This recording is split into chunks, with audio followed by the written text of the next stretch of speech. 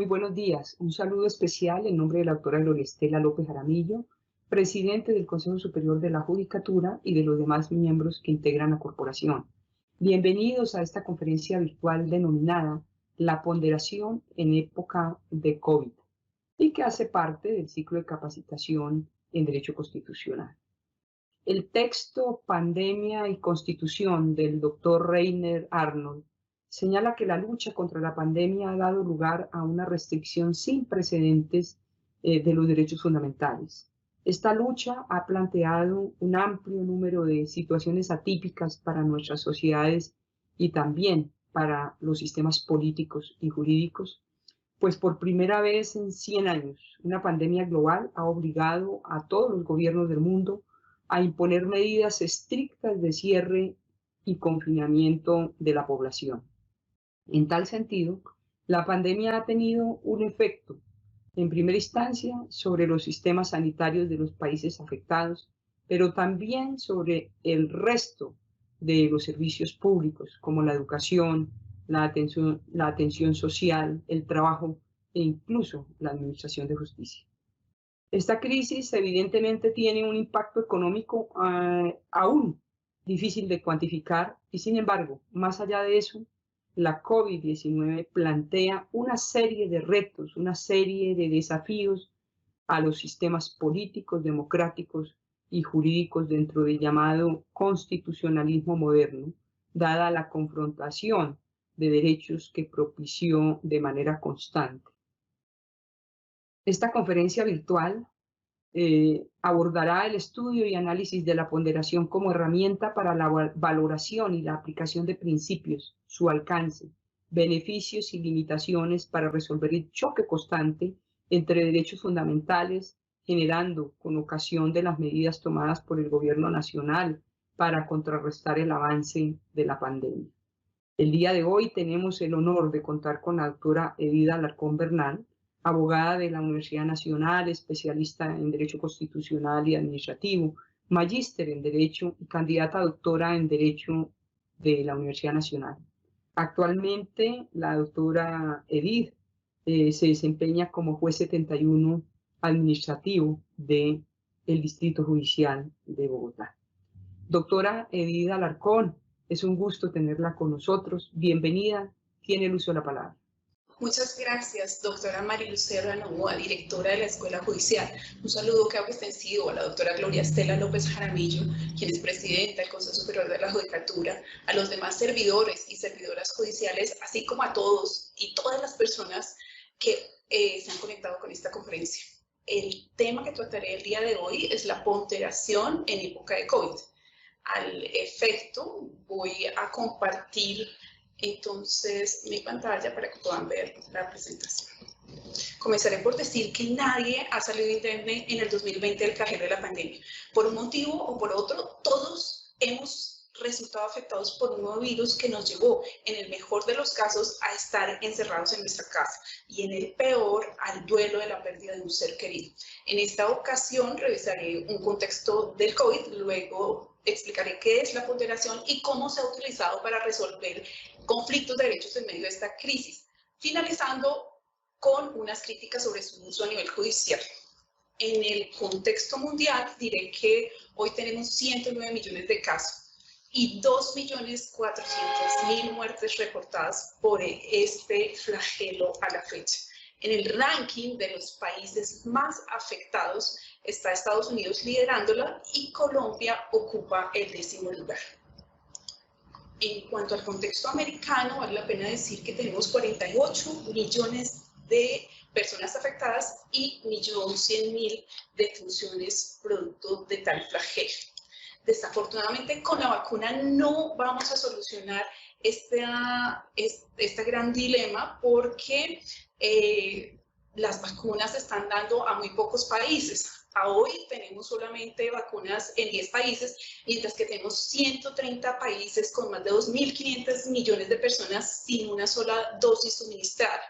Esta estrategia es nefasta finalmente porque tiene costos en vida y también pone en peligro medios de subsistencia de muchos ciudadanos. finalmente puede darle al virus también la posibilidad de mutar y de que la vacuna no sea efectiva. Vamos a revisar el contexto del COVID y la desigualdad. Y al efecto debo decir que en los últimos 12 meses el COVID-19 ha profundizado la inequidad y la desigualdad. En abril de 2020, la magnitud del sufrimiento mundial quedó patente en un informe de la ONU, en donde se demostró que la pobreza y el hambre estaban creciendo y que era crítica la situación de más de 1.200 millones de personas que vivían en favelas y en otros asentamientos informales. Esta crisis toca de manera más fuerte a las mujeres, y esto porque las mujeres tienen más posibilidades de perder sus empleos y de tener menos posibilidades de un acceso al sistema de salud o a un sistema de seguridad social. En total, 47 millones de mujeres más hoy están en situación de vulnerabilidad, y en Colombia pasaron de empleo de 9.2 millones de personas a 6.7 millones en el mismo 2021. Esto implica, en últimas, que las mujeres pues han quedado desempleadas en más de 1.5 millones. En cuanto al tema de los niños, es evidente el flagelo que los toca. Los niños, y especialmente las niñas, tienen un alto riesgo de sufrir un problema problemas de salud mental, ver interrumpida su educación o tener incluso o sufrir de violencia sexual.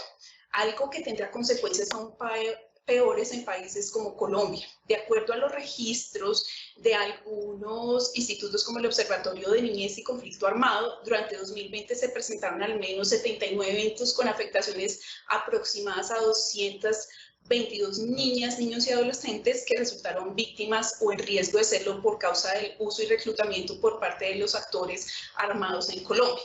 La ONU indicó que por primera vez en más de 60 años, debido a los efectos indirectos en el estado nutricional infantil y a la falta de acceso a servicios básicos de salud, la mortalidad infantil podría aumentar.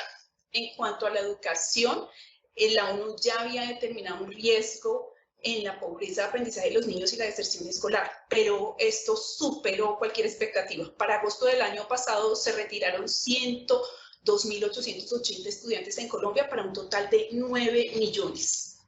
Ahora bien, en cuanto al COVID y la migración, tenemos que decir que sin trabajo ni dinero y con transporte público cerrado, cientos de miles de migrantes se vieron obligados a caminar centenares de kilómetros de regreso a sus lugares de origen, y algunos murieron en el intento. Su situación desesperada llevó a la ONU a pedir a las autoridades que respetaran la seguridad y los derechos de los migrantes. Colombia, que alberga unos 1.7 millones de venezolanos, no solo vio ese desplazamiento de venezolanos pues, hacia su tierra, sino que además fue un lugar donde vimos cómo aumentó el número de víctimas de explotación de no colombianos. Lo que se cree, ¿cierto?, está relacionado con el tema de los migrantes venezolanos. En el año 2020 se vio un aumento del 20% en el número de víctimas de explotación en comparación con el año 2019, según aseguraron datos del Gobierno Nacional.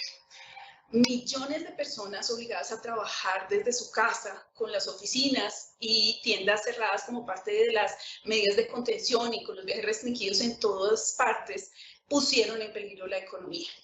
Incluso antes de que el coronavirus se declarara oficialmente como una pandemia, era claro que los cierres, las prohibiciones de viaje y otras restricciones de movilidad serían graves. Ya en los primeros días de marzo, la conferencia de la ONU sobre comercio pronosticó que la economía mundial entraría en recesión. Por su parte, el Fondo Monetario Internacional y el Banco Mundial se mostraron dispuestos a ayudar a los países y preparar una inyección multimillonaria para que los fondos globales respaldados por la ONU estén a disposición de los mercados emergentes y de renta baja. Aquí tenemos las gráficas de lo que pasó en Colombia en lo que tiene que ver con economía Vamos a verificar el Producto Interno Bruto y el tema del empleo. En el Producto Interno Bruto vemos que en el primer trimestre del año 2020 hubo una caída del menos 9%. Al efecto, en los últimos años el Producto Interno Bruto había tenido una variación porcentual del 4.4 al 3.5. El decrecimiento del año pasado fue impresionante. En materia del empleo, el panorama tampoco fue alentador. En la gráfica 2 se ve que la desocupación alcanzó un nivel alarmante del 21.1 en mayo de 2020. En ese mes, Colombia fue el país con mayor nivel de desempleo de la OCDE, seguido por España y por Grecia con un 14.5. Ahora bien, en lo que tiene que ver con pandemia y constitución, tal como lo dijo la doctora Novoa, Reino Larnos nos trae un llamado de atención, y este llamado de atención es hacia los efectos de la pandemia, ¿cierto? Y la violación constante de derechos, así como los retos que tienen los sistemas políticos y los sistemas jurídicos. Efectivamente, la pandemia global obligó a los gobiernos a tomar unas medidas que nunca había tenido en estos últimos 100 años. Esas medidas estrictas de cierre y de confinamiento de la población trae al efecto muchas vulneraciones de derechos fundamentales y un reto para la administración de justicia frente a la defensa de esos derechos fundamentales. Aunque igual el impacto económico ha sido alto, incluso para tocar a los mismos funcionarios de la rama judicial que han trabajado con las uñas, vale la pena decir. El COVID-19 plantea una serie de retos de fondo a los sistemas políticos democráticos y a los sistemas jurídicos dentro del llamado constitucionalismo moderno. Efectivamente, se dan constantes confrontaciones de derecho y la pregunta es cómo solucionarlo. En la práctica judicial constitucional, la ponderación es una herramienta interpretativa que tiene que ver con el campo jurídico, la realidad procesal y la social, y que se ha utilizado para solucionar la colisión de derechos fundamentales, cuando se comportan como principios de rango constitucional y se requiere una solución razonable. Para grandes problemas, grandes remedios. Con el problema de la confrontación constante de derechos fruto del COVID-19, se ha utilizado en Colombia la ponderación como una herramienta judicial efectiva para solucionar esos conflictos. Por esta razón, vamos a explicar qué es la ponderación y cómo se ha utilizado. Debemos recordar al efecto que hay dos autores principales sobre ponderación. Uno es Ricardo Guastini y el otro es Robert Alexi. Ricardo Guastini expresa que la ponderación se realiza entre dos principios en conflicto, cuyos supuestos de hecho se superponen parcialmente y entre los que existe una antinomia parcial. Esa antinomia, ¿cierto?, impide que se pueda realizar, se pueda solucionar con las reglas con que generalmente se solucionan las antinomias. La ponderación consiste en el establecimiento de una jerarquía axiológica entre dos principios en conflicto. Una jerarquía axiológica es una relación valorativa establecida por el intérprete mediante un juicio de valor. Como resultado de la valoración, un principio, el considerado superior en dicha valoración, va a desplazar al otro, siendo aplicable para el caso concreto. La jerarquía es establecida, insisto, en el caso concreto, no es abstracta ni es general. Además, es imposible entonces pronosticar cómo se solucionaría el mismo conflicto en un caso futuro. Robert Alexi, para explicar la ponderación, va a partir de la diferencia entre reglas y principios y dice que las reglas contienen determinaciones en el ámbito de lo fáctico y jurídicamente posible. Ellas son, por ende, mandatos definitivos, mientras que los principios son mandatos de optimización, que se caracterizan por el hecho de que pueden ser cumplidos en diferentes grados, y eso en que la medida ordenada se pueda cumplir no solo por las posibilidades fácticas, sino también por las posibilidades jurídicas que se den en el momento. El punto decisivo para la distinción entre las reglas y los principios es entonces que los principios son normas que ordenan que se realice algo en la mayor medida posible. En cambio, las reglas, ¿cierto?, va a decir que esas normas tienen un cumplimiento pleno, son de cumplimiento o de no cumplimiento. Los principios no se pueden derogar, mientras que las normas sí lo pueden ser.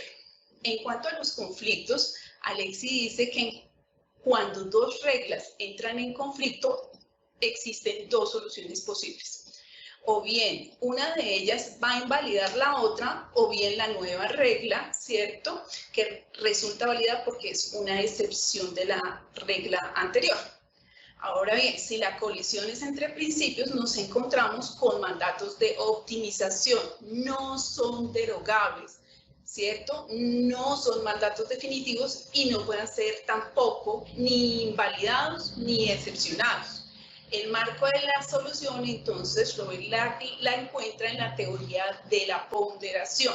Al efecto, habla de tres elementos: la ley de colisión, la ley de ponderación y la fórmula de peso. Vamos a comenzar a explicar cada uno de ellos. Comenzamos con la ley de colisión, en la que se expresa que el resultado de una ponderación es una regla que crea precedente. Los principios se referirían a acciones y situaciones que no son cuantificables, generalizándose todo ello en la ley de la colisión, según la cual se establece como presupuestos o condiciones de priorización de un principio frente a otros los hechos del caso concreto que conllevan la respectiva contradicción entre uno y en otro. Insisto, no es un tema abstracto, es un tema que tiene que ver con el caso concreto. Vamos al tema de la ley de ponderación, que es la más utilizada en Colombia. La Corte Constitucional la tiene como fuente en última interpretación. Ella es nada más y nada menos que la íntima conexión entre el principio de proporcionalidad y el carácter o estructura de los principios, y la implicación entre uno y otros. Entonces, al ser los principios mandatos de optimización, como ya se ha recalcado aquí, dentro del marco de las posibilidades fácticas y jurídicas, es menester aplicar tres subprincipios que son súper importantes: idoneidad, necesidad y proporcionalidad en sentido estricto. Esto como deducción inevitable de la ponderación misma. Insisto, es importante tener en cuenta la idoneidad, la necesidad y la proporcionalidad. Voy a comenzar entonces a explicar estos subprincipios que son aplicables totalmente en un tema de colisión entonces de derechos. Tenemos entonces, en cuanto a la idoneidad, que uno tiene dos pasos. El primero, la búsqueda de la legitimidad constitucional del fin. Este paso busca determinar si existe un fundamento constitucional o legal de orden teleológico para limitar el ejercicio de un derecho fundamental. Y el segundo caso, la idoneidad de la medida, que busca examinar la relación entre el medio y el fin de la norma, para identificar si existe idoneidad, aptitud o conducencia en aquello. En tal sentido, esta relación toma en cuenta los siguientes aspectos. Uno, cuantitativo, que busca en últimas ver si la medida 1 puede fomentar más la afinidad legítima que la medida 2. Luego vamos a un aspecto cuantitativo en el que se determina cuál de las dos medidas fomentará el fin de mejor manera. Y tercero, un aspecto probabilístico, desde el cual lo fundamental es fomentar el fin con un alto grado de seguridad. Pasamos entonces al segundo subprincipio, que es la necesidad.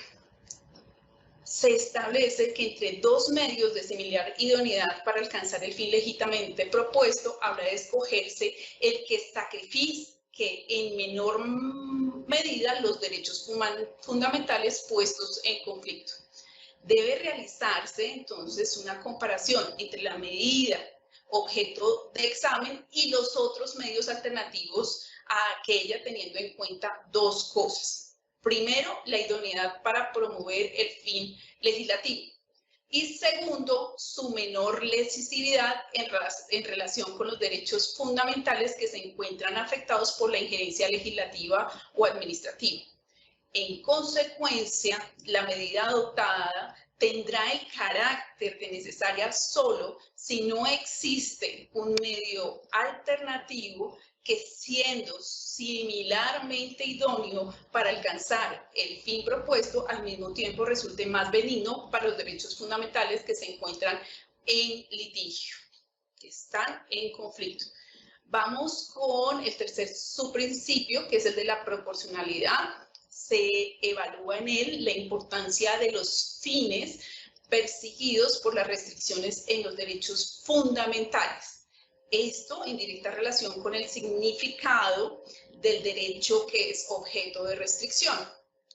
Busca analizar si las ventajas que se obtienen mediante una medida de restricción de un derecho fundamental deben compensar los sacrificios que ésta implica para su titular y para la sociedad en general.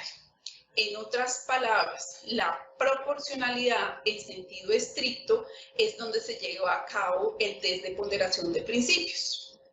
De esta manera, un medio idóneo y necesario para el fomento de un fin no debe ser implementado, sin embargo, si los perjuicios para los derechos fundamentales de los afectados que se derivan del medio son mayores que la importancia del fomento del fin, de modo tal que el medio escogido pues aparece en ese tipo de casos como desproporcional.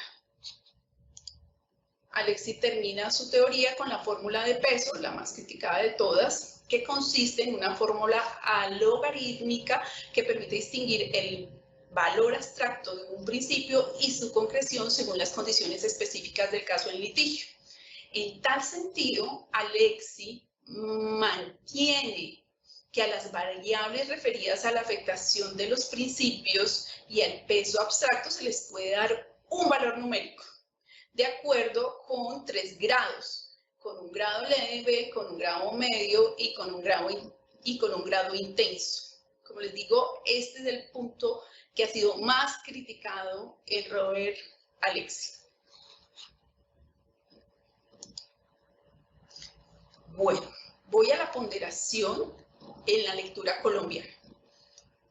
En Colombia, según José María Peláez, se suelen confundir criterios en lo que Diego López ha llamado la teoría impura del derecho. En el caso de la ponderación se han mezclado conceptos al punto de que la teoría de Dworkin acaba funcionándose con la de Alexis de la ponderación. En el módulo de interpretación constitucional de la Escuela Judicial Rodrigo Lara Bonilla, segunda edición de 2006, escrito por Diego López, se explica que desde finales del siglo XIX, comienzos del siglo XX, empieza a surgir la teoría conflictivista, en la que se entiende que detrás de las normas hay un conflicto bilateral de intereses, generándose la jurisprudencia de intereses, que tuvo un papel muy importante. Y luego la teoría constitucional desarrollada por la Corte Suprema de Justicia de Estados Unidos, en donde se ejecutaba el balanceo de derechos y el uso de herramientas tales como el test de razonabilidad, el test de racionalidad, el test de igualdad y las teorías de las diversas intensidades. Todas esas teorías llegaron a Colombia por la Corte Constitucional y están siendo actualmente aplicables.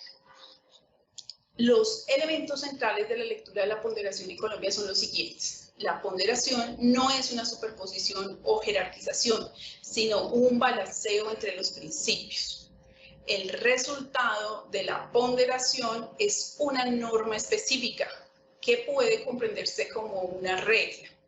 El balance aplica en el caso concreto, por lo que el resultado es una pauta que es derrotable en otros casos. La ponderación busca dar respuesta a la discrecionalidad plena que puede dar en los casos difíciles.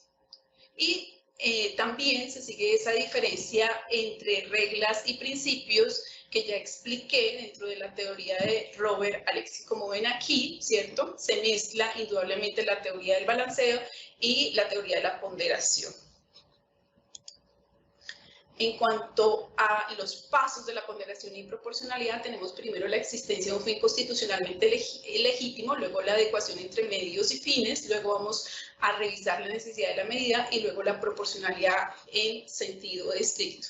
En cuanto al juicio integrado de proporcionalidad, tenemos un juicio leve, un juicio intermedio y un juicio estricto, en donde vamos a revisar idoneidad, necesidad y proporcionalidad. En un juicio leve, en el tema de idoneidad, ¿cierto? Se busca determinar si el fin no está prohibido. En el tema de necesidad, que sea conducente, y en el tema de proporcionalidad se hace la ponderación en sentido estricto. En un juicio intermedio se busca determinar, ¿cierto?, que el fin sea importante en cuanto a la necesidad, que efectivamente sea conducente, y en cuanto a la proporcionalidad vuelve y se hace una ponderación en sentido estricto. En un juicio un poco más estricto, se denomina juicio estricto, se busca que el fin sea imperioso en el tema de idoneidad. En el tema de necesidad, que sea imprescindible la medida y que no sea sustituible. Y en el tema de proporcionalidad, que se hace en últimas nuevamente una ponderación en sentido estricto. Pasamos entonces ahora al alcance del uso de la ponderación en tiempos de COVID, que es pues el centro de nuestra charla.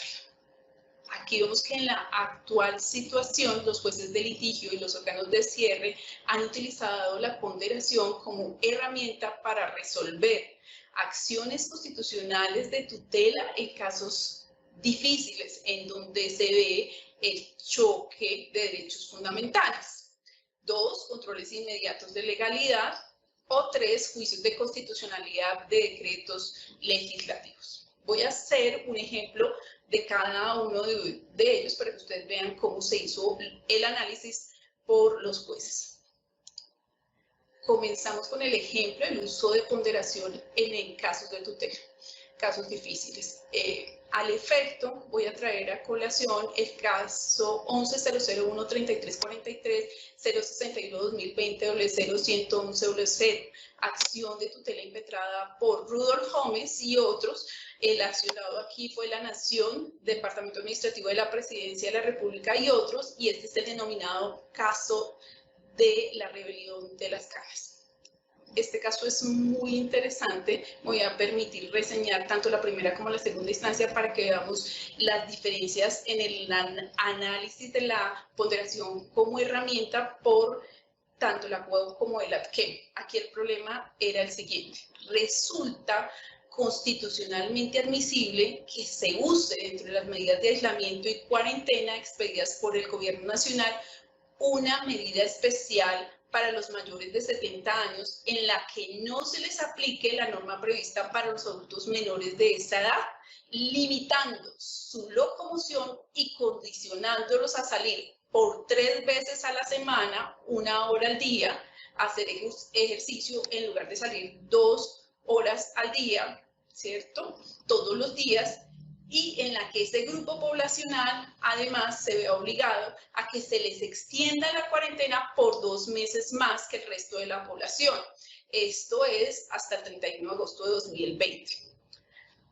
Había que verificar ahí cuáles eran los principios en tensión y cómo se aplicaba la ponderación en el caso concreto.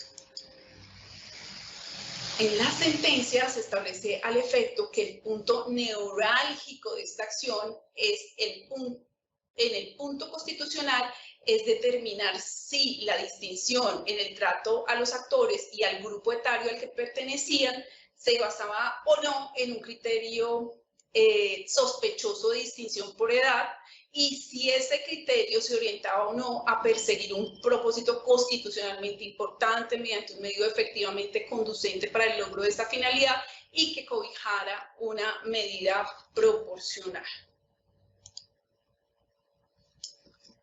¿Cómo se hizo entonces el juicio integrado de proporcionalidad en primera instancia? Ahí se hace un test de igualdad, ¿cierto?, que va a implicar integrado 1 de proporcionalidad. ese test es un test intermedio.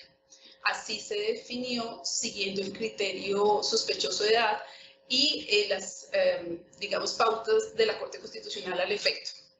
Para comenzar en el punto de idoneidad, fin importante, entonces dice el fallo que la medida es idónea, en tanto que implica la protección de la garantía a la vida, a la integridad física y a la salud de los habitantes del territorio nacional y entre ellos del grupo etario particular, al evitar el contacto y la propagación del COVID. La finalidad de la cuarentena preventiva, con un énfasis diferenciado basado en la edad, perseguía entonces un objetivo que no era ajeno a las normas constitucionales que estaban establecidas en varios artículos de la Carta Política, y se hace alusión a los artículos 2, 11, 46 y 95. También hace mención de sentencias de la Corte Constitucional para destacar que hoy el mundo está ante una grave calamidad pública de origen sanitario y epidemiológico que pone en riesgo la salud, la vida y seguridad de las personas y que justifica este tipo de medidas. En cuanto al tema del medio escogido y que este sea legítimo frente a la Constitución y efectivamente conducente para alcanzar el fin perseguido, se dice que el sustento del objetivo constitucional de la medida es legítimo, en tanto que va a proteger la vida y la salud de los actores y de toda la población.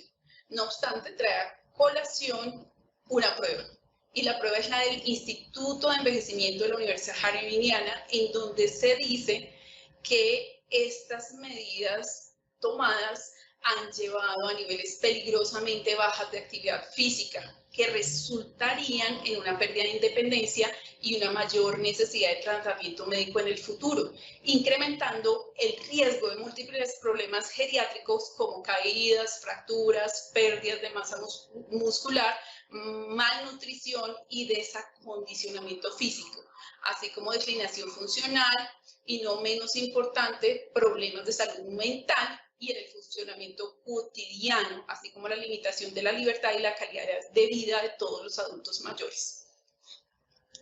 Adicionalmente, el ACON no solo va a revisar entonces ese tema, ¿cierto?, sino que va a revisar qué va a pasar con la población en general. Al efecto, ¿cierto?, ellos analizan cuántas unidades de cuidados intensivos va a existir por departamento y encuentran que hay tan pocos en varios departamentos que cualquier medida que se tome para evitar que alguien termine una unidad de cuidados intensivos, pues es una medida totalmente válida y responde a un medio legítimo frente a la Constitución para alcanzar el fin perseguido. Insisto, la sentencia hace un análisis uno por uno de cada uno de los departamentos y determina incluso que en unos pues no existe ni siquiera unidad de cuidados intensivos para este momento. Ahora bien, en cuanto a la proporcionalidad en ponderación de incentivo estricto, la medida adoptada según la sentencia es desproporcionada, porque para alcanzar el mismo nivel de protección de los fines constitucionales referidos se puede acudir a medidas menos restrictivas. Y al efecto dice que lo primero que se debe tener en cuenta es que para garantizar el valor constitucional que se pretende hacer valer, existe una presunción de que las autoridades públicas se encuentran en capacidad de implementar otro tipo de medidas que garanticen la protección de la vida y la salud del grupo etario de la población en general en medio de la crisis del COVID y que impliquen un menor sacrificio de los derechos fundamentales de este grupo etario. Y hace alusión ahí, entre otros, entonces, al aumento de dinero, ¿cierto?, para el sistema de salud y de dinero para las UCIs. Se agrega que no existe un fundamento razonado con el cual pueda concluirse que con las restricciones que se tiene frente al desfase de número de camas con las que debería contar el país en varios departamentos e incluso a nivel nacional, y que no existe otro tipo de medidas que permita el mismo fin, sin distinguir entre adultos mayores menores de 70 años y adultos mayores de 70 años, sin una razón clara al efecto. Nunca, dice el fallo, se propuso una medida en la que se llamara a la población, ¿cierto?, mayor de 70 años a un aislamiento consensuado, a un aporte voluntario, si se quiere, en el sentido de que se decidiera libremente, de acuerdo a sus condiciones, si se acogía o no a la prolongación de la medida de confinamiento por más de 2 meses respecto al resto de la población, y a realizar ejercicio solo 3 días, 1 hora diaria, y no como era para el resto de la población mayor de edad. Esas restricciones solo dejaban entrever la falta de empeño por parte del Estado en cumplir con los compromisos pactados a nivel internacional en el Convenio Interamericano sobre la Protección de Derechos de las Personas Mayores, así como la falta de seguimiento de las recomendaciones contenidas en las Observaciones Generales 6 de 1995 y 14 de 2000. En lo relacionado con mantener la funcionalidad y autonomía de las personas mayores, sin restricciones injustificadas que fomenten el aislamiento que de por sí en condiciones normales presentan este grupo etario, y expandiendo los perjuicios y los prejuicios frente hacia ellos. Ahora bien, la segunda instancia es el siguiente caso. Es muy interesante la revisión de la proporcionalidad. Se hace un juicio de igualdad estricto, ¿cierto? El cambio intérprete hace ver que aunque el criterio finalmente, según la Corte Constitucional, tenía un test diferente, ellos consideran que por la debilidad manifiesta de los mayores de 70 años era importante realizar el juicio estricto. Comenzamos entonces con el tema de idoneidad, y aquí entonces se va a determinar frente al fin imperioso lo que se denomina por el ad-chem bajo el título de trato de iguales entre iguales. El Tribunal Administrativo de Cundinamarca al efecto dice que tanto en el plano fáctico como en el jurídico se puede decir que existe un trato desigual entre iguales. En tanto, los adultos mayores de 70 años gozan de los mismos derechos que las personas que están entre los 18 y 69 años, no debiéndose realizar una diferencia al efecto. Por lo tanto, esa medida era discriminatoria y por consecuencia vulneradora del derecho a la igualdad. Además, dice que si bien es cierto, la parte accionada hacía referencia a una protección de esas personas mayores de 70 años para proteger a sus derechos a la vida, a la integridad física y a la salud, no era menos cierto que no existían razones fácticas y jurídicas que sirvieran de sustento para tomar la medida restrictiva respecto de los adultos mayores. No existía una motivación. Y toman entonces en cuenta uno de los argumentos de los demandantes, y es la falta de motivación en los decretos. En cuanto al argumento de la protección al segmento de la población a la cual estaba destinada la medida, se tomó en cuenta que las cifras traídas a colación por las entidades demandadas no habían sido en últimas confrontadas y se podían entonces tener en cuenta como fundamento del fallo. Y esto lo tienen en cuenta, ¿cierto?, para decir que si bien es cierto, era claro que en las cifras que se traían los más afectados eran las personas de 70 años y que esas personas podían infectarse más rápidamente y que de hecho podían fallecer, eso no implicaba, ¿cierto?, que fuera un motivo suficiente para que ellos tuvieran una mayor obligación frente a la solidaridad en el sistema de salud que los demás adultos de 69 años para abajo. Eso no tenía ninguna justificación.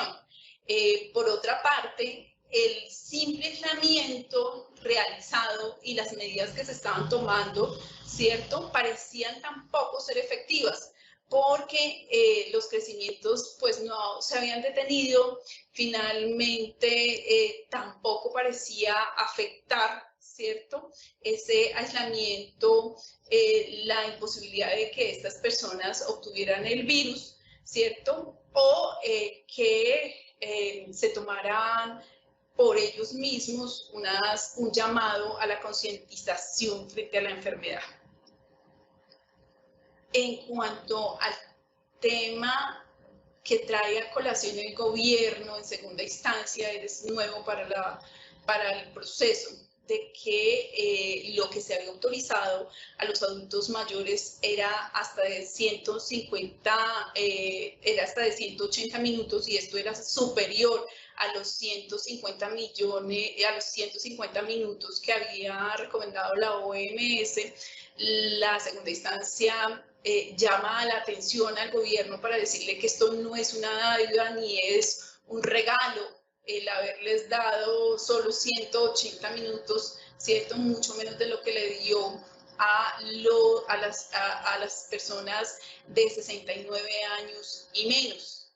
Lo anterior porque la protección a los derechos no podía traer una medida discriminatoria en contravía de la Constitución Política, artículo 13, y la Convención Americana sobre Derechos Humanos, en tanto que deben respetar los derechos y libertades reconocidos y garantizar su pleno ejercicio para toda persona sin discriminación alguna, menos en razones de edad. En cuanto a necesidad, la segunda instancia, ¿cierto?, va a revisar si la medida es imprescindible y no sustituible. Al efecto, dice que muy en contra de lo que decían los decretos cuestionados, lo que se daba era un trato discriminatorio, que se convertía en un trato que iba en contra de la igualdad y la dignidad humana. Esto por haber hecho esa distinción entre mayores de 70 años y los menores de 70 años, siendo todos adultos. Al respecto, dice, es preciso hacer alusión al principio de independencia y autorrealización, consagrado en la Ley 1251 de 2008, en tanto que el adulto mayor tiene el derecho para decidir libre, responsable y conscientemente sobre su participación en el desarrollo social del país, de manera que si lo que se pretendía con la medida adoptada al restringir el desarrollo de actividades físicas y el ejercicio al aire libre de los adultos de mayores de 70 años era protegerlos, dada su condición de vulnerabilidad frente al contagio del virus, esa medida no era eficaz para contrarrestar el contagio de COVID-19. Era mejor, en últimas, darle la misma posibilidad de hacer el ejercicio como el resto de la población, pero dándoles mayores, digamos, instrucciones sobre bioseguridad, llamándoles a conocer su cuerpo y a conocer las consecuencias que podía traer el COVID sobre ellos. En cuanto al juicio de proporcionalidad, que es la ponderación en estricto sentido, el Tribunal Administrativo de Cundinamarca establece que restringir el desarrollo de actividades físicas y del ejercicio al aire libre de los mayores de 70 años en el sentido de protegerlos era incompatible con la Constitución Política, pues antes que una protección devenía una discriminación al no permitirle a ese grupo de la población que recibiera el mismo trato de aquellas personas que estaban entre los 18 y 69 años, y tampoco les permitía gozar de los derechos, libertades y oportunidades sin ninguna discriminación. Además, era una medida que afectaba la independencia o autorrealización de esos mayores de 70 años porque no les permitía decidir de manera libre, responsable y consciente sobre la manera en la cual podían de manera responsable protegerse frente a la COVID. Los ciudadanos que demandaron siempre dijeron eso, que nunca se les había respetado como unas personas independientes, ¿cierto?, mayores de edad y que podían tomar decisiones. Y tanto la primera como la segunda instancia llamaron la atención sobre un aspecto paternalista en donde se les trataba como viejitos y no como mayores de edad que podían en últimas, ¿cierto?, protegerse frente al COVID y proteger al resto de la población frente a este gran flagelo. Con esto terminamos el tema del ejemplo de ponderación en tutela. Voy al tema del ejemplo de la ponderación en el tema del control de legalidad. Y aquí voy a traer a colación la sentencia 11-001-0315-0002020-00183-300 del 21 de julio de 2020, consejero ponente Ramiro Pasos Guerrero, en el que se ejecutó el control de inmediato de legalidad del decreto 595-2020 expedido por el presidente de la República. En este caso, de lo que vamos a hablar es de restricciones, ¿cierto?, más bien de una suspensión en los términos de extradición.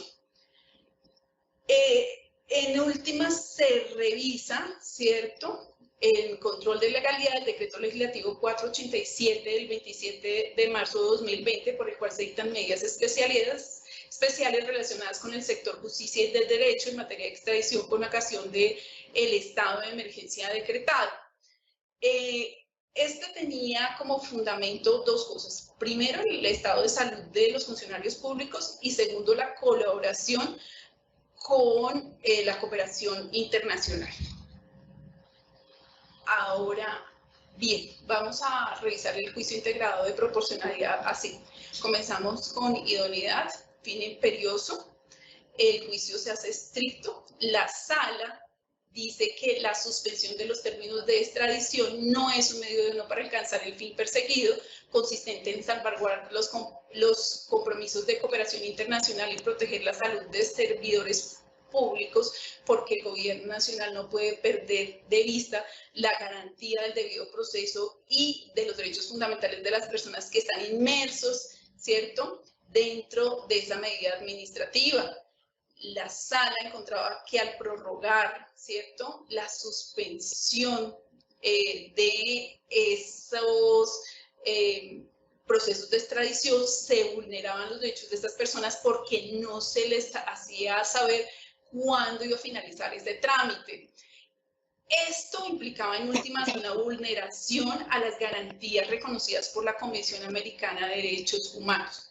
Era claro en últimas que esa persona se veía abocada a casi que un proceso interminable, no sabía en últimas en qué condiciones, ¿cierto?, se iba a tomar una decisión sobre su caso concreto. Al efecto, también se decía que esta medida no tenía una justificación referente a la reducción del virus, toda vez que lo único que se producía con la suspensión de estos términos de manera indefinida era la vulneración de derechos fundamentales. Encontraba la sala que, contrario a lo que decía el gobierno, en virtud de dicha cooperación se podía recurrir a medidas diferentes, es decir, en el tema de necesidad, la medida no era imprescindible porque se podía ir a otro tipo de medidas. La sala encontraba que la medida no era necesaria porque existían medios alternativos, tales como para cuidar la salud de los funcionarios públicos, la que todos hemos realizado, y esto es el uso de tecnologías, ¿cierto? Para aquellos actos en donde se requiriera la asistencia, pues podían tomarse medidas de protección un poco más fuertes. Ahora bien, en cuanto al tema de cómo hacía para llevar a una persona a otro país, pues hacía alusión a que los decretos nacionales habían hecho excepciones y se podía utilizar una de esas excepciones para realizar el traslado pertinente. En el tema de proporcionalidad, la sala dice que prorrogar la suspensión del trámite de suspensión limita de manera exagerada los derechos de la persona requerida. Esto es totalmente injusto porque no se sabía además cuándo iba a cesar la emergencia decretada. Tampoco se sabía en últimas entonces cuándo terminaba, ¿cierto?, esa suspensión. Y eso llevaba a una indeterminación en últimas frente a ese ciudadano de la situación del trámite administrativo. El Consejo de Estado termina diciendo que la medida no es idónea, ni necesaria, ni proporcional, y que además afecta a estas personas, ¿cierto? Porque si bien ese tiempo se podía tener en cuenta para la condena, cuando una persona no fuera condenada, pues se le daba una privación totalmente injusta sin ningún tipo de justificación. Vamos con el tema de la ponderación en la Corte Constitucional enjuiciando los decretos nacionales sobre el COVID. Aquí diré en principio que existió un cambio y una unificación. Si bien es cierto, el examen formal sigue revisando la suscripción por el presidente de la República y todos sus ministros, la excepción en desarrollo del estado de excepción y durante el término de su vigencia y la existencia de motivación en el tema material del examen material sí se dio un cambio. Y aquí se dio un cambio porque se hizo una ampliación y se hizo una relación de 10 escrutinios frente al análisis de decretos legislativos. Tenemos el juicio de finalidad, el juicio de conexidad material, el juicio de motivación suficiente, el juicio de ausencia de arbitrariedad, el de intangibilidad, el de no contradicción específica, el de incompatibilidad, el de necesidad, el de proporcionalidad y el 10º, el de no discriminación. Para esta charla voy a hablar solo del juicio de necesidad y del juicio de proporcionalidad. Ahora bien, en cuanto al juicio de necesidad, derivado del artículo 11 de la Ley Estatutaria de los Estados de Emergencia, implica que las medidas que se adopten en el decreto legislativo sean indispensables para lograr los fines que dieron lugar a la declaratoria del estado de excepción. La Corte señala que este análisis debe ocuparse primero de la necesidad fáctica o idoneidad, la cual consiste en verificar fácticamente si las medidas adoptadas permitan superar la crisis o evitar la extensión de sus efectos, de manera tal que se evalúa si el presidente de la República incurrió o no en un error manifiesto respecto de la utilidad de la medida para superar la crisis. Y 2, de la necesidad jurídica o subsidiariedad, que implica verificar la existencia dentro del ordenamiento jurídico ordinario de previsiones legales que fueran suficientes y adecuadas para lograr los objetivos de la medida excepcional. Voy a traer un ejemplo en lo que tiene que ver con la revisión del decreto legislativo 439 de 2020, específicamente frente al ingreso de colombianos al país, en esa suspensión de desembarcos de pasajeros de vuelos aéreos internacionales. Según la sentencia C-157 de 2020, esta medida fue necesaria desde el punto de vista fáctico para evitar la propagación del COVID, que se podía agudizar en el caso de seguirse permitiendo el ingreso de pasajeros nacionales provenientes del exterior por vía aérea, sometiéndolo a controles y medidas sanitarias. Aquí se dijo que aunque en muchas partes del planeta existían restricciones menores, la medida en las condiciones colombianas era necesaria. Máxime cuando ya se habían intentado 2 medidas y esas medidas habían fracasado. En principio permitiendo el ingreso de todos, pero exigiendo el cumplimiento de ciertas medidas a los pasajeros provenientes de la República Popular China, de Italia, Francia y España. Y luego con el ingreso de nacionales, pero sometiéndolos a un aislamiento. Como las 2 habían fracasado, pues era necesario acudir a medidas un poco más fuertes como esta que se tomó. En cuanto al juicio de proporcionalidad, en esta se exige que las medidas que se adopten en el desarrollo de los estados de excepción sean respuestas equilibradas frente a la gravedad de los hechos que causaron la crisis. Igualmente, la Corte ha precisado que el examen de proporcionalidad exige que las restricciones a derechos y garantías constitucionales se impongan en el grado absolutamente necesario para lograr el retorno a la normalidad. Advierte la Corte que este examen particular no excluye naturalmente la aplicación del examen de proporcionalidad cuando ello se requiera, por ejemplo, para controlar restricciones a derechos constitucionales. El ejemplo, ¿cierto?, que estamos haciendo, que es la suspensión de desembarcos de pasajeros de vuelos aéreos internacionales, se establece que la medida no es irrazonable ni desproporcionada, en tanto que la restricción del ingreso no es total. Si lo fuera, se sacrificaría en exceso los derechos fundamentales de muchos colombianos que no lograran regresar al país antes de la suspensión de vuelos de pasajeros, pero como existen, ¿cierto?, esas medidas de excepción y esas medidas son tan amplias, pues realmente esto no pone en un riesgo de proporcionado y razonable los derechos de las personas colombianas o extranjeras residentes en Colombia. Es muy interesante esta sentencia, ¿cierto?, en este análisis. Con esto concluimos el alcance, vamos a las críticas. En cuanto a las críticas, encontramos críticas desde el particularismo jurídico, en donde sé que la ponderación simplemente es una estrategia sofisticada para amparar decisiones que son discrecionales. También tenemos críticas desde los Critical Legal Studies, en donde dice que la ponderación y en general la argumentación jurídica reproduce solo modelos ideológicos dominantes, solo busca una voz, ¿cierto?, desde, en última últimas las altas esferas de Estados Unidos que han ido reproduciéndose a nivel internacional. Finalmente, tenemos que el grado de discrecionalidad como una crítica se expresa en la definición del peso relativo de los principios e intención, y que al no existir esto, pues estamos en un tema totalmente discrecional.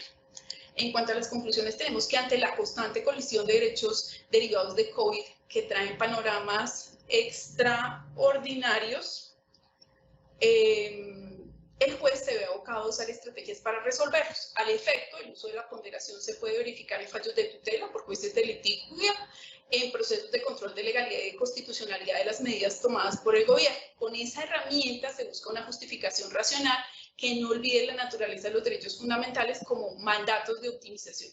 En Colombia, la Corte Constitucional ha avanzado a una revisión aún más rigurosa de los decretos legislativos y ha usado herramientas como la ponderación, mezclando diferentes tests, entre los que se destaca la necesidad y la proporcionalidad en una dinámica constante que responda a las realidades cambiantes del país y a la protección de derechos fundamentales. Con esto termino mi charla y le doy el uso de la palabra a la doctora Mari Lucero Novoa.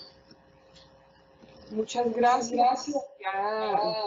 Querida la Vamos al fragmento de las preguntas, doctora Edith. Y la primera, ¿qué diferencia existe entre la ponderación y el balanceo? Gracias, doctora. Pues en Colombia, como lo expliqué, la ponderación y el balanceo se han mezclado en esa teoría impura del derecho. No obstante lo anterior, uno debe precisar, ¿cierto?, que la teoría del balanceo es muy diferente a la teoría de la ponderación, y que de hecho los dos autores, ¿cierto?, Dworkin y Alexis, se encuentran en varios puntos en donde uno podría determinar que mientras uno establece la colisión entre principios, el otro podría encontrar la colisión entre un principio y una directriz política y resolverlo de maneras diferentes. Ahora, el tema de los pesos en Alexis no se ve en la teoría del balanceo. Entonces, esas son las grandes diferencias de las dos teorías. Doctora Edith, ¿puede cualquier juez utilizar este tipo de herramienta o es de uso exclusivo de los órganos constitucionales de cierre? Gracias, doctora. Pues, en últimas, tal como se expuso, todo tipo de jueces puede utilizar esta herramienta cada que encuentre, evidentemente, una colisión entre principios, porque eso es lo que va a justificar el uso de la ponderación, ¿sí? Si no lo encontrara, pues podríamos utilizar las herramientas de cierre, pero ante un caso difícil, pues es una herramienta válida que puede utilizar no solo un órgano de cierre como la Corte Constitucional o el Consejo de Estado, sino también jueces de litigio como todos los jueces y juezas en Colombia. Muy bien, doctora Edith, ¿qué ocurre con la protección de los derechos fundamentales en esta época de pandemia? Esta pregunta es bien complicada, doctora, y es muy complicada porque la pandemia no ha terminado, ¿no? Y estamos en un país en donde la violencia golpea fuertemente a todos los ciudadanos. Entonces tenemos dos flagelos unidos, el de la guerra, ¿cierto? Y tenemos el flagelo, obviamente, hoy del COVID. Los dos llevan a que los derechos fundamentales en Colombia entren en conflicto constantemente. Y seguramente esto no va a terminar. Los jueces, lo que estamos tratando de hacer, insisto, con pocas herramientas, con las uñas, ¿cierto?, es proteger los derechos fundamentales de todos los ciudadanos. Y si uno hace un análisis de las tres sentencias que traje a colación, ve el esfuerzo de los jueces al efecto. O sea, el primer ejemplo, ¿cierto?, que era nada más y nada menos que la búsqueda del respeto del derecho de igualdad de los llamados viejitos, ¿cierto?, pero que son en realidad personas sabias a las cuales tenemos en últimas no solo que cuidar, sino que admirar también, ¿cierto?, y que seguir sus consejos. El segundo caso era el caso de personas en medio de un proceso de extradición. Fue el Consejo de Estado garante de los derechos de las personas para que no se les suspendiera el proceso. Y el tercer caso, ¿cierto?, que es el de la Corte Constitucional, pues buscaba en últimas proteger a todos los ciudadanos frente al COVID-19.